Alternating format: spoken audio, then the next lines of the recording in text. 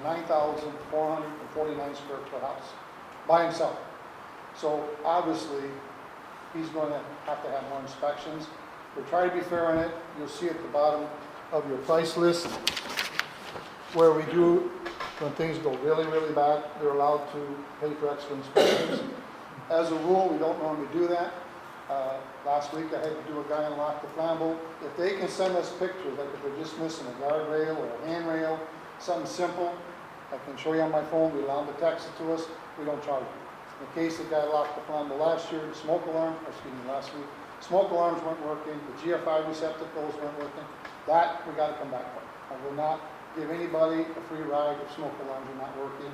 GFI, you can't send me a picture to show me how smoke alarms work. So them guys have to pay extra inspection. So once you open up and then we tell you what you do, then we have this packet that is what is on the right. Basically, that's just a very easy, simple question of what you have to do. And then do some answers. It's very simple sequence. Sanitary permit is always first, regardless of what we do, whether it be Iowa County, Vilas County. We never will issue a permit. The state statute requires me, I lose my license.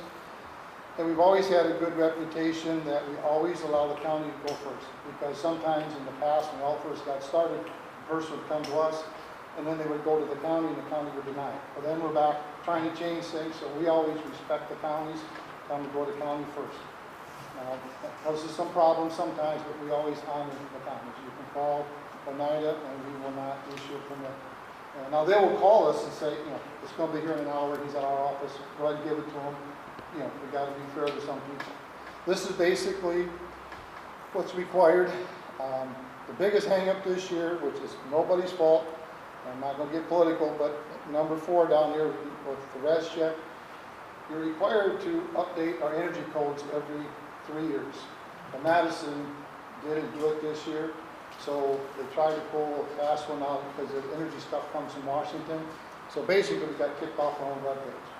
So we can no longer use the Wisconsin Uniform Dwelling Code, res check, we got to use the IECC. So that's caused some turmoil, so people, and you got my audit that was just done a couple months ago, that they come through our paperwork in the state and they check everything. So we've gotten to the point where if a guy calls me and says it's in the mail here, no better fax it, we'll go ahead and give you the permit, assuming that we get the res check as soon as we get it. And that's, but the res check is basically the energy audit on the house. It tells us what the installation is going to be in the attic, the walls, stuff like that. So it's not the end of the world, but if it gets to be a continuous, then we tell them, we need this for you to get the permit. The most heating contractors, that's what they do, and they're supposed to apply that. This is the application they have to fill out. I'm going to get back to this when I finish this, but this is what we've used since day one. You are required to have a licensed electrician, licensed plumber. It is mandatory in the state of Wisconsin. On a new dwelling, you cannot do your own plumbing, your own electrical. So they go through this, they fill this out. This is courtesy of the DNR. This is erosion control plan. This is what we're also responsible for, that we have to protect the lakes. And then when a homeowner comes in, there's 3 pages, it's self-explanatory. This is the homeowner release. It basically tells us that you are the homeowner of the property. The problem we get into is where a lot of companies, and I'm not going to mention any names, but I have a couple of them, they just basically hand a packet to the homeowners and say, do your own thing. Your house is coming in 6 weeks. Well, they're lost. And I'm going to show you some examples of your stuff here. We do the best we can do. I just had a lady in there today taking out a permit. Totally lost. I'm not kicking on just because I finally told her, I said, ma'am, you should go back and let the builder take it. We can only do so much, but there's some people that are persistent, that they know it all, and they want to take the permit out. But understand, once I tell them, once you take the permit out, as the old saying goes, you the man. So when problems happen, we cannot go to the builder and say, well, you made a really bunch of mistakes here. We go after the homeowner. Because they're the ones that took the permit out. They're the ones that signed the line. And we make this perfectly clear to them when they take the permit out. But there's a lot of companies that do that on purpose, and for that reason. So now, before I go into this, The Assembly Bill, I believe it's Assembly Bill 55, and somewhere between September 12th at 6:45 and the New Year, the Assembly decided to change this. And they're going to make this really more extreme to fill this out. Why they're doing it, we have no idea. So there's going to be a new form. Yes, but it could be next June. That's why I'm not getting excited. But now, besides the license number, you got to put the expiration date of all their contractor's license, which I should run my computer. We do the best we can to keep all this. The problem with this system is, and we've been in both classes, and I can see some pretty severe lawsuits coming. What the state's saying is they're trying to go everything technical. They want everything emailed. Well, where I'm from, we are moving our place down to Monaco. Most people don't have the internet. So what the state's saying is they want all this stuff emailed to me. I'm supposed to process it. Well, they're forgetting one small item, and it's called a check. And because this is a business amount, your permit is not complete until we get paid. So they want us to say, well, just give the person your account number. Well, if you're coming to take a permit out, sometimes the homeowner writes the check. So if you think I'm giving your homeowner my account number, you're crazy. I'm going to be very blunt about it. So in this new rule, if we don't have everything complete and 100% T's crossed, I's dotted, and they get it to them by the middle of the month, I'm supposed to refund everything, send it back to the homeowner, and do all this for free. That's the new logic on how to say. Well, that ain't going to happen. I'm telling people right now, it ain't happening. I'm not working for free. So nothing will be processed until everything is complete, just to protect my business. I can see some lawsuits. This ain't going to fly. So, but I'm just giving you heads up that when what hits the fan, somewhere between this is the new max. So I can foresee some big challenges here. So anyway, so then we get done with this, okay? So you're okay with that? That's the stuff I've run you once before, Yeah. right? You're okay with everything? So then, and still things are pretty simple. Once we issue a permit, I just put everything together so everybody knows what the homeowner gets, they get a contractor. They are issued this letter. This is basically a cover letter, and we put their permit number on this. And you say your permit number is ON1610. They're supposed to give this to all the subs. That averages about 45% accuracy, because most guys call and they forgot this number. But this is what we send them, fill it out. This is the state seal. We're like, in other words, like for new dwelling here, let's say it's 610.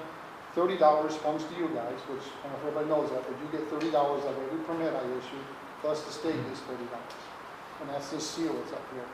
We fill out everything here. It's sent to them. Also, if we're doing our job, and something didn't slip through, we also made up our own. It's called a final inspection checklist. And basically what this is just a general information. Some apply, some may not have garages, some may not have basements. But we went through the codes and just said, this is what you need for us before we come to do a final, the best we can. And that's what we send. Then we send a list of inspections that we do. On a new construction, we'll see 1 through. The only thing that's changed is, which from you guys have always done this, we don't do a footing inspection. We know the builders, we know the soil conditions down here. We will allow them to take pictures or send us a document of the footing. If it's good sand, stuff like that. And then everything included in here. But what we do add back in here is a service inspection. So it all comes out the same. We do basically 5 inspections for a new dwelling. Most of the time it never happens. We're always probably 6 or 7. Because what we found out is it's really hard to do the underfloor with the basement. Sometimes they can't get it backfilled. And we've had it where they put plumbing pipes and they hold it up with bricks and stuff. But we'd rather have them backfill it and come back. So as a rule, the foundation and the underfloors, probably half the time you're not doing it at the same time. Okay? You okay so far?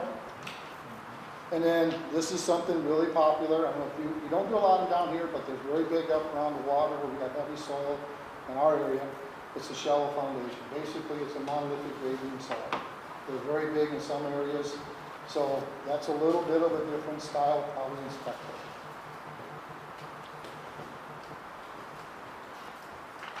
And then we have the manufactured dwelling, so we do a foundation or the gravel prep, whatever they do, an underfloor, the service, which I'm doing one tonight, which will be the second service inspection on that one, and then we do a final. What's the underfloor inspection? Plumbing. You good so far? Well, any failed inspection, then what, they get so much time to Fix it. redo it Yeah. or fix it, and then If you talk to most builders, I probably 99% of the failed inspections, we don't run in charge. We're firm believer that it comes out in the wash. Because maybe next time, do 6 inspections here, you take like, some of the big contractors, well, next time we may only do 4. They'll group some together. So, as a rule, I don't think anybody says we can shortchange. We usually do more than one. And we would rather, getting back to the plumbing, that's why the underfloor, we used to make it mandatory that, or your old guy did, that you did foundation, the underfloor, and the service at the same time. Now, that's dangerous. For a simple reason that it's really hard before a foundation is backfilled. You've got an electrician up there on the ladder, trying to hold the meter pedestal, trying to mount it to the wall off the ladders. So what we tell them is, we'd rather have you backfill it, go ahead and do it, mount it there, and we'll come back and do another. Okay? Now, we put together a packet. These are your permits that so far, what we've issued this year. And I put the one on top, because this was one that we made a mistake on, and we didn't catch it. Driving down the road like everybody else, I was having a bad Monday. I told the gentleman his cost was $450. Well, manufactured dwelling was only $410. And normally we go through when a permit comes in and double check everything, and I can show you checks where we mailed back as much as $200 to people that always send us money. This one just slipped through the cracks. So we refunded his money, but anytime there's a problem, we always write at the bottom. Now this particular gentleman, the permit got held by a long time, but that, under the plumber, is my writing. When we first sent it in, there was nothing in there, and as you can still see, there's no electrician in there. I just got it. So, and then we wrote right on the bottom, who forgot to mail the bond check. But if you look at the other ones, you'll see where when they signed it in, it was sent in, like the next one, sent in 4/13, we issued it 4/19. Everything runs about a week, and considering the mail, we're pretty consistent. I hate to bother, but I switched because I saw what you got going. I'm also choking. So, but again, if you look through there, you'll see where some of the writing, where we had to fill in some of the writing. We do what we can do, the best we can do. But on the flip side, we tell everybody, this is important. You're obligated to fill this out, and we help you the best we can. And then even the Rod 4 construction, it was 6/1, he come and got it. Same day. They got their stuff together, we give it to them the same day.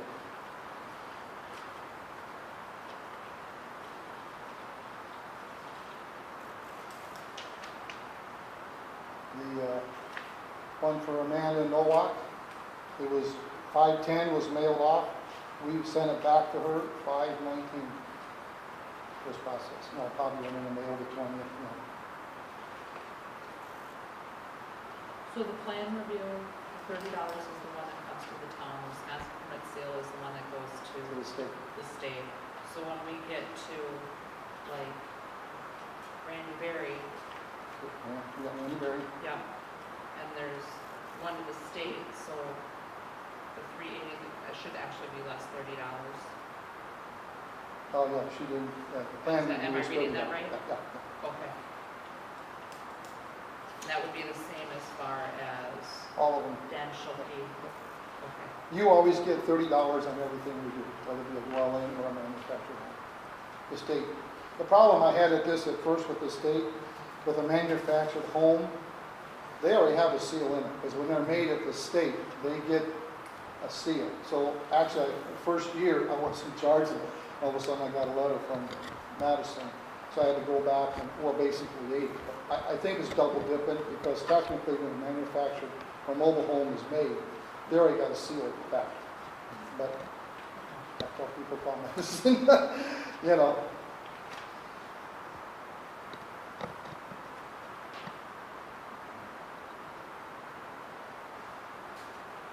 There's a lot of changes coming. There was a huge code change this year. We're doing the best we can do.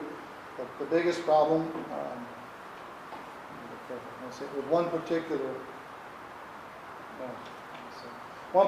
company, and I finally did tell them, I said, you know, they could have 90% of this filled out already for their customer, you know, because they know what's got to be put in here, and all they got to do is fill in their subs, you know.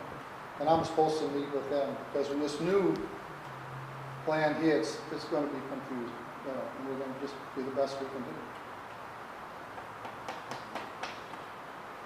So we've discussed on the phone, sending out letters to people that have built in Nokomis to basically see how the whole process is working for the building.